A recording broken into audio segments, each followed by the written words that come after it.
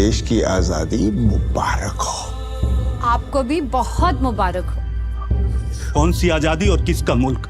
ये हिंदुओं का मुल्क है, हिंदुओं का। खुदा के लिए यहाँ से निकलिए। हिंदुस्तान जिसे बड़े संघर्ष और कुर्बानियां देने के बाद 200 साल की गुलामी से आजादी तो मिली, लेकिन अफसोस मुल्क का बंटवारा हो गया।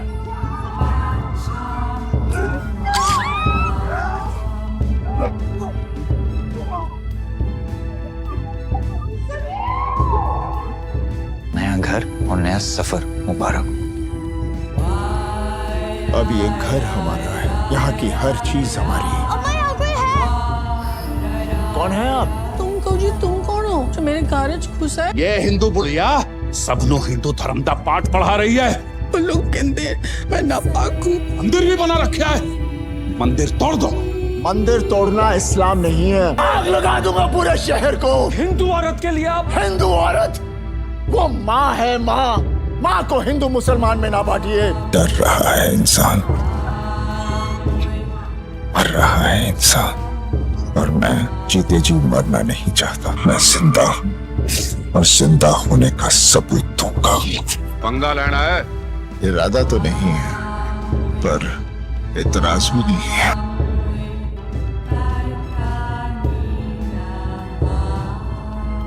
अम्मा, यहाँ खतरा है, कभी भी कुछ भी हो सकता है। पर जान के लिए ईमान तो नहीं छोड़ा जाता। कोई मजहब बुरा नहीं होता है, अच्छा बुरा आदमी होता है। आप यहाँ नहीं रह सकते। मैं कितने नहीं जाना, ये मेरा घर है। पर मैनू लगता है कि तैनू मुसलमान से ज्यादा हिंदू की फिक्र है। आप मुझे धमका रहे हैं? माँ अपने आप में एक मजहब है। हर इंसान का पहला मजहब माँ है। हर बच्चे के मुंह से निकला पहला लफ्ज माँ है।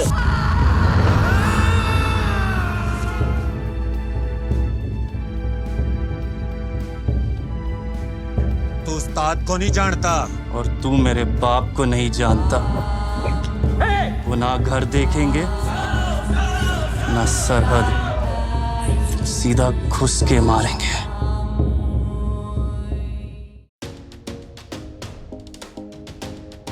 सोचिए, सनी देओल की फिल्म हो, राजकुमार संतोषी का डायरेक्शन हो, आमिर खान प्रोडक्शंस का बैकिंग हो, और फिर भी रिलीज से पहले फिल्म को लेकर इतनी कम एक्साइटमेंट हो कि सवाल उठने लगे, आखिर हुआ क्या है? क्योंकि बंटवारा 1947 कोई नॉर्मल सनी देओल मूवी नहीं है। ट्रेलर देखकर जिस ऑडियंस को लगा था कि सनी देओल फिर गादर वाला तूफान लेकर लौट रहे हैं, उन्हें फिल्म के अंदर बिल्कुल अलग कहानी देखने को मिलती है। यहाँ सनी देओल सिर्फ दुश्मनों से लड़ने वाला आदमी नहीं है, यहाँ उसकी लड़ाई नफरत, हिंसा और उस सोच से है जो इंसानों को धर्म के नाम पर एक दूसरे से अलग कर देती है। और सबसे बड़ा सवाल तो ये है, क्या 2026 में पार्टीशन पर एक और फिल्म बनाने की जरूरत थी?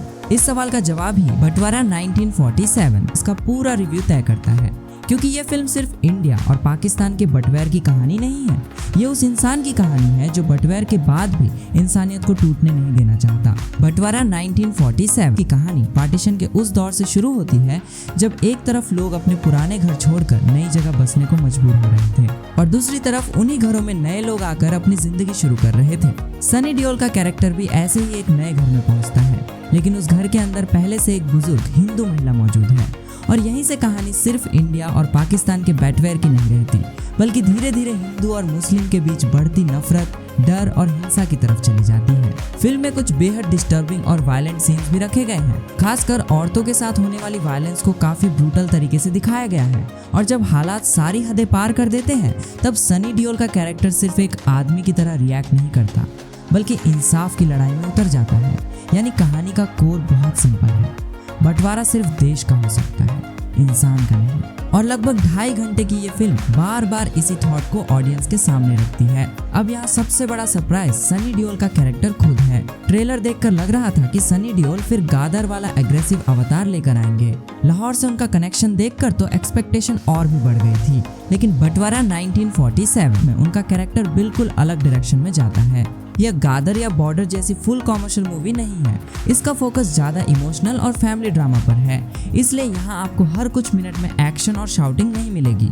कई जगह फिल्म आपको बस शांत होकर कैरेक्टर्स की फीलिंग समझने के लिए मजबूर करती है। खासकर सनी देओल और शबाना आजमी के बीच के सीन्स काफी इमोशनल हैं। कभी कभी इन्हीं सीन्स की वजह से फिल्म का पेस थोड़ा स्लो भी हो जाता है और यही चीज मास ऑडियंस के लिए प्रॉब्लम बन सकती है, क्योंकि जो लोग पुराने सनी देओल को देखने जाएंगे उन्हें यहाँ एक ऐसा हीरो मिलेगा जो सिर्फ ताकत से नहीं बल्कि इमोशन और ह्यूमैनिटी से भी लड़ता है। लेकिन एक चीज दोनों वर्जन्स में सेम है, सामने पूरी भीड़ हो, धर्म हो, देश हो या पूरी सोच, वो पीछे हटने के लिए तैयार नहीं है। जान चली जाए लेकिन इंसानियत नहीं जानी चाहिए। और बंटवारा 1947 की सबसे बड़ी ताकत है सनी देओल की स्क्रीन प्रेजेंस। जब सनी देओल स्क्रीन पर आते हैं तो कई सीन्स में उनका प्रेजेंस ही पूरा माहौल बदल देता है। कुछ पावरफुल डायलॉग्स के दौरान थिएटर में ऐसा माहौल बनता है जहां ऑडियंस बिल्कुल शांत हो जाती है। ऊपर से बैकग्राउंड म्यूजिक इमोशंस को और पुश करता है और उसके बाद आने वाला एक्शन एकदम लार्जर देन लाइफ फील देता है। यही वो मोमेंट्स हैं जहां आपको राजकुमार संतोषी के पुराने सिनेमा की याद आने लगती है। लेकिन फिल्म पूरी तरह परफेक्ट भी नहीं है। सबसे बड़ी कमी इसकी विलन साइड में दिखाई देती है।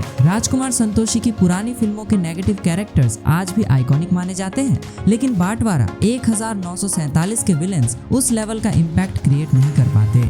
कई जगह ऐसा लगता है कि विलन बनने की कोशिश तो हो रही है, लेकिन सनी देओल की स्क्रीन प्रेजेंस के सामने वो कैरेक्टर्स फीके पड़ जाते हैं। और यही वजह है कि फिल्म का कॉन्फ्लिक्ट जितना पावरफुल होना चाहिए था उतना हर जगह महसूस नहीं होता। फिल्म की प्रेजेंटेशन में भी एक अलग रेट्रो फील देखने को मिलती है। कुछ सीन्स में कैमरा वर्क आपको 90 सेकंड के सिनेमा की याद दिला सकता है और कहीं कहीं थोड़ा टेलीविजन सीरियल वाला वाइब भी महसूस होता है। लेकिन इसी के साथ फिल्म ने अपनी पुरानी फिल्मों को ट्रिब्यूट देने जैसा एक अलग विजुअल एटमॉस्फेयर बनाने की कोशिश भी की है। सॉन्ग्स की बात करें तो यहाँ ज्यादा अननेसेसरी शोर नहीं है, लिरिक्स में मीनिंग है, हालांकि हर सॉन्ग इक्वली मेमोरेबल नहीं लगता। सपोर्टिंग कास्ट में आलिफ फजल का रोल ज्यादा बड़ा नहीं है, लेकिन लिमिटेड सीन्स में भी वो अच्छा इम्पैक्ट छोड़ते हैं और प्रीति जिंटा का इमोशनल कमबैक भी काफी नोटिसेबल है। लेकिन सबसे इम्पोर्टेंट प्रेजेंस शबाना आजमी की है। सनी देओल के साथ उनका कैरेक्टर जिस तरह कहानी में रखा गया है उससे फिल्म का इमोशनल मैसेज और मजबूत हो जाता है और शायद यही बंटवारा 1947 की सबसे बड़ी बात है। 2026 में जब ऑडियंस एक अलग तरह का सिनेमा देख रही है तब सनी देओल ने अपनी पुरानी इमेज को रिपीट करने के बजाय एक ज्यादा इमोशनल और ह्यूमन कहानी चुनी है। फिल्म परफेक्ट नहीं है लेकिन इसकी इंटेंशन साफ दिखाई देती है। मेरे हिसाब से बंटवारा 1947 को 5 में से 3 स्टार्स मिलते हैं। ये शायद हर व्यूअर को पसंद ना आए, लेकिन अगर आप सनी देओल को सिर्फ एक्शन हीरो नहीं बल्कि एक इमोशनल परफॉर्मर के रूप में देखना चाहते हैं तो ये फिल्म एक बार जरूर देख सकते हैं। बंटवारा 1947 सिर्फ एक फिल्म नहीं, ये एक सवाल है। बॉर्डर्स कंट्रीज को डिवाइड कर सकते हैं लेकिन ह्यूमैनिटी को नहीं। सनी देओल ने इस बार सिर्फ एक फाइट नहीं लड़ी, उन्होंने नफरत के अगेंस्ट फाइट की है और इसीलिए बंटवारा 1947 खत्म होने के बाद भी इसका सवाल आपके दिमाग में हमेशा रहेगा। बंटवारा हुआ था देश का, इंसानियत का नहीं। तो दोस्तों, क्या आपने बंटवारा 1947 देख ली है? अगर हाँ तो मुझे कमेंट में जरूर बताना कि आपको ये मूवी कैसी लगी। और अगर आपने इस मूवी को अभी तक नहीं देखा तो अब आप इस मूवी को थिएटर में एंजॉय कर सकते हो। सो वीडियो पसंद आया हो तो इस वीडियो को जरूर से एक लाइक करना। चैनल पर न्यू हो तो चैनल को सब्सक्राइब करके नोटिफिकेशन बेल को भी ऑल पर सेट कर देना। सो मिलते हैं अगली वीडियो में, तब तक के लिए बाय।